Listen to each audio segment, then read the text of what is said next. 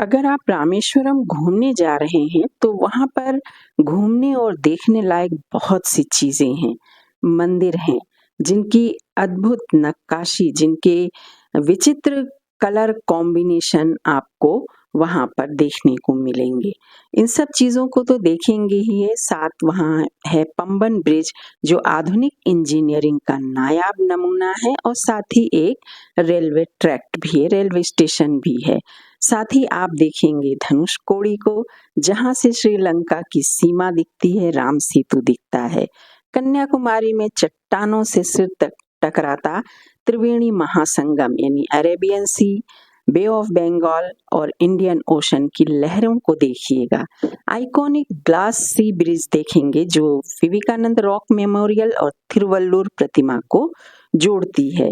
यहाँ पर फूलों से बनी चीजें, फूलों का बहुत महत्व है, भगवान को चढ़ाना हो, गजरा हो या कुछ भी हो, हर तरह की फूलों की चीजें बहुत सारी मिलती हैं। साथ ही देखिएगा आप नारियल और सीप की बनी अद्भुत चीजें। यहाँ के लोगों का ड्रेसिंग सेंस बहुत ही अलग है, जिस तरह से इन्होंने अपनी परंपरा को बनाए रखा है वो एक अविस्मरणीय है। तो इन सब चीजों को तो जरूर देखिए, लेकिन एक चीज यहाँ ऐसी है जिसे आप बिल्कुल भी मिस ना करिएगा और वो है डॉक्टर एपीजे अब्दुल कलाम राष्ट्रीय स्मारक। तो यहाँ पर देखिए, हम एक रेस्टोरेंट में आए थे, वहाँ कलाम साहब का आउटकट लगा था। हम लोगों ने यहाँ पर सेल्फी ली और फिर यहाँ से नाश्ता करके हम पहुँचे हैं एपीजे अब्दुल कलाम मेमोरियल। देखिए ये उसकी बिल्डिंग है, बहुत ही शांति है यहाँ, बहुत ही सुकून है और हरियाली चारों ओर छाई हुई है। इसकी दीवालों पर कुछ उकेरा हुआ है शब्द तमिल भाषा में और इंग्लिश में, और ये लिखा हुआ है APJ Abdul Kalam national museum. तो हिंदी में इसका ट्रांसलेशन दिया हुआ है, आप इसको देख लीजिए। तो अंदर हम मुख्य बिल्डिंग में जाते हैं।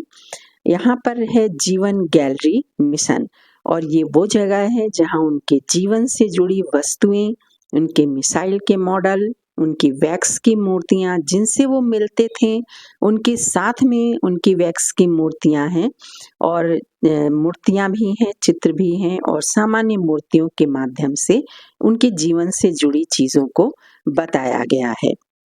और थोड़ा परिचय देख लेते हैं। तमिलनाडु में इनका जन्म हुआ था। ये एक प्रसिद्ध एरोस्पेस, देखिए कितना सुंदर वैक्स की मूर्ति है। ये एक प्रसिद्ध एरोस्पेस वैज्ञानिक थे और सामान्यतः इन्हें हम मिसाइल मैन के नाम से जानते हैं। ये 4 दशक तक डीआरडीओ और इसरो के प्रमुख वैज्ञानिक रहे। भारत के सर्वोच्च नागरिक सम्मान से सम्मानित इस महान विभूति का निधन 27 जुलाई 2015 को आईआईएम शिलोंग में एक लेक्चर देते समय हुआ। यानी निधन के समय भी ये अपने कर्तव्य पर थे। इनकी मृत्यु के बाद इनकी छोड़ी हुई विरासत को देखकर आप आश्चर्यचकित हो जाएंगे, आपको यकीन नहीं होगा। वो सारी चीजें इस म्यूजियम में एज इट इज दिखाई गई हैं। तो क्या मिला था रायसीना हेलसिंकी राष्ट्रपति भवन से मिली उस छोटे से संदूक में?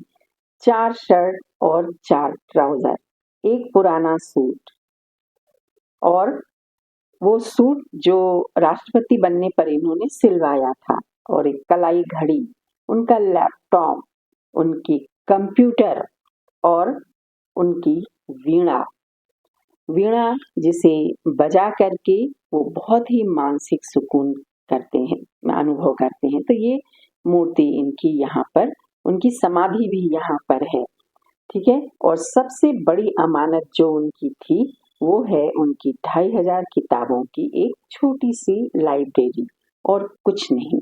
तो क्या आप यकीन करेंगे कि जो व्यक्ति इतना बड़ा वैज्ञानिक रहा हो, राष्ट्रपति पद पर काम किया हो, उसके पास बस इतना ही विरासत था और कुछ भी नहीं।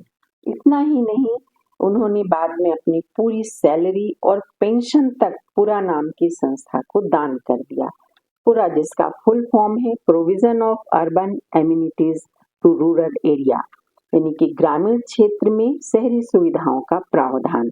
इसे हमारे पूर्व राष्ट्रपति एपीजे अब्दुल कलाम ने 2003 में प्रस्तावित किया, जो ग्रामीण क्षेत्र में मूलभूत सुविधाओं जैसे सड़क, पानी, स्वास्थ्य सेवा और शिक्षा के विकास के साथ विभिन्न कौशल विकास और रोजगार के अवसर देकर पलायन को रोकने का भी काम करती हैं। यही चित्र में आपको किताब और कलम की ताकत भी दिखाई गई है।